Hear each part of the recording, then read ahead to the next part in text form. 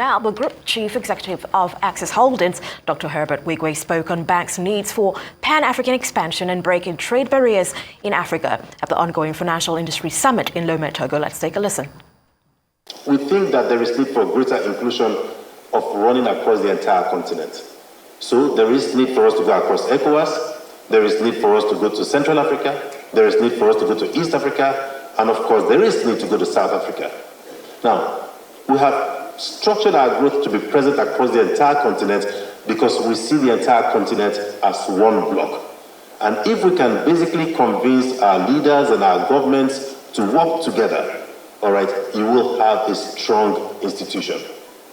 The reason you find most of the foreign banks leaving us is because they have a very fractured approach. So I come to one country, I see the opportunity today in Angola, I make money in Angola today, I run away tomorrow. I come to the Francophone world, I extract what I can extract, I run away tomorrow. You can't blame them because they're capitalists. So but let's leave them as capitalists. For us in Access, let's go to the different countries. Where we see the foreign banks leaving, we replace them. We support our people, we create greater financial inclusion, we deepen the markets. We continue to do so to the point that across the continent, our governments don't need to look for elsewhere to get financing. We can support our governments, we can provide long-term funding for infrastructure because those foreign institutions have no reason to provide long-term funding for us. So we have a different view. Standard Bank has done quite well, but I think we have a much more aggressive approach towards Africa. You must be sitting on a lot of very interesting data about trade across the continent, given that you have banks in so many African countries and regions. What are the big trades you're seeing in terms of growth between African markets investing in each other? Interestingly, the Southern African markets are doing better than West Africa or Central Africa.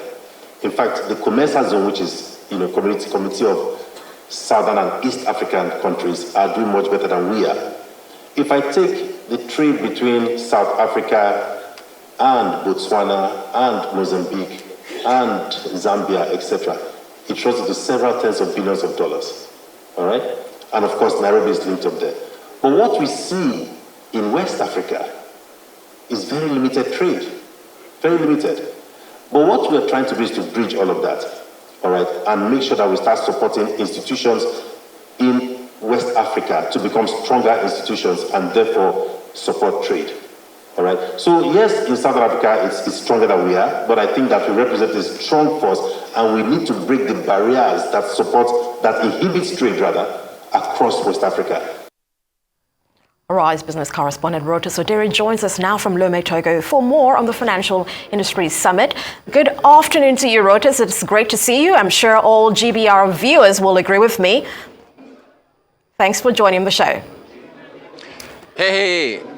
Yes, Abby, Employee of the Month, Olawi. It's good to talk to you. Great to see you, Rotus. Let's get into it. Yeah. So we just heard from the Access Holdings Group CEO, Herbert Wigwe. What other areas did he touch on? Yeah, so if you remember, back in July of this year, Standard Chartered Bank sold its subsidiaries in Cameroon, the Gambia, Sierra Leone, and I think one of his private bank businesses in Tanzania to Access Holdings. So basically they exited their subsidiaries and Access took over, and essentially it's a Pan-African play with regional integration for financial services.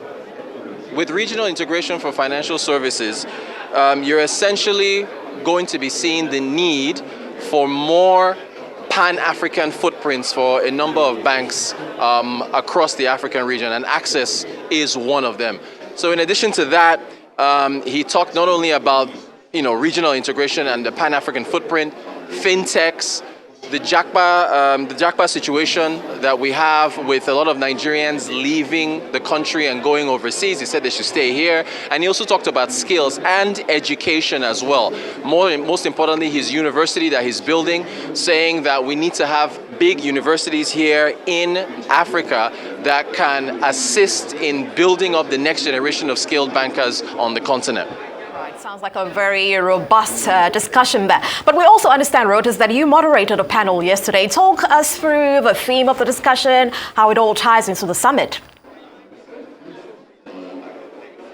Yes, I was really proud to be part of that panel. This was on the Africa risk premium. So basically, if you are going to assess an asset that you want to take over, or you are going to give a loan to an African sovereign, there's a risk premium that you add. That is basically the risk that you are taking on taking over that asset or giving a loan, the risk of that money not being paid back or something or other. So what we discussed on the panel was that the risk premium applied to sub-Saharan African nations, sub-Saharan African corporates, is higher than the risk premium applied to their contemporaries in South America, or also, so Arise News was in Guyana 2 weeks ago, right, for the Afro-Caribbean Trade Summit. So basically, if you were going to, the risk premium that a corporate in Guyana or the nation of Guyana would pay would be lower than maybe the risk premium that Cameroon or Nigeria would pay. And they were saying that's not fair. Perhaps it's overstated.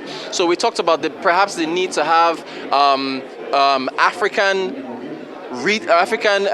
risk assessors here, so like Fitch or S&P or Moody's, having the African equivalent here, or institutional African lenders that can lend money. So that was what was discussed, and it was a very robust discussion. The Minister of Finance from Rwanda was there, the Africa economist from Bloomberg Economics was there, also the CEO of the Dutch Entrepreneurial Development Bank. So it was really, really awesome being part of that panel. Well done, Rotus. I mean, it's certainly a very important conversation, especially in light of where we are in terms of the economic climate. But what other highlights did we get from yesterday? We understand Nigeria's Minister of Finance, Wale Edun, was also there. What can you tell us about that? Yes. Wale Edun had a fireside chat, and he talked about the reform agenda of the new administration.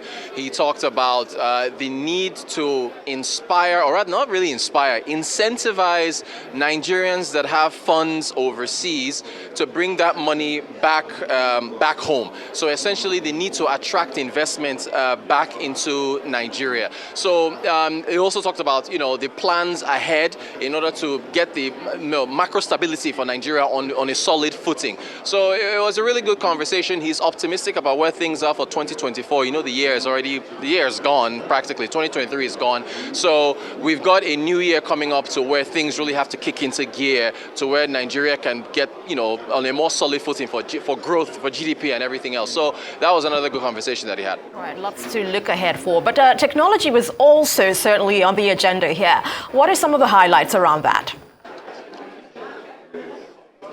That's my favorite topic. We have the Eye on Tech every Friday. So I'm going to pan over to this cool looking box that we have here from Huawei Technologies. So this is a replica of their data centers, and they're basically showing off what they can do at scale to provide data for companies on the African continent, particularly financial institutions that need it. So they're saying that they can build a data center to whatever specifications companies need, and you provide them with all the data they need. And behind that, you'll see some screens there. We have a report that will come out on this tomorrow, where they're demonstrating how using artificial intelligence and other kinds of technology to be able to demonstrate the type of what they can provide for African financial institutions in terms of tech and in terms of being able to scale across the continent. So that was part of the focus that we had here for Huawei and a couple other companies. And then there was also a fintech session as well. The head of Bamboo was there. The ICT minister for digital economy for Togo was there as well. And we spoke to them. There's a clip we'll share either tomorrow or so for our tech segment, where they all talked about what fintech needs to be able to scale across Africa. So technology was very well represented at this summit because, I mean, for financial services to scale across the country, for financial inclusion to reach rural areas, you're going to need technology. So that I particularly like that as well. Right, absolutely. Fascinating stuff. And I can tell it's really a packed house there and lots going on. Many thanks. There is a RISE business correspondent, Rotus Oddiri, joining us from Lome, Togo at the Africa Financial Industry Summit.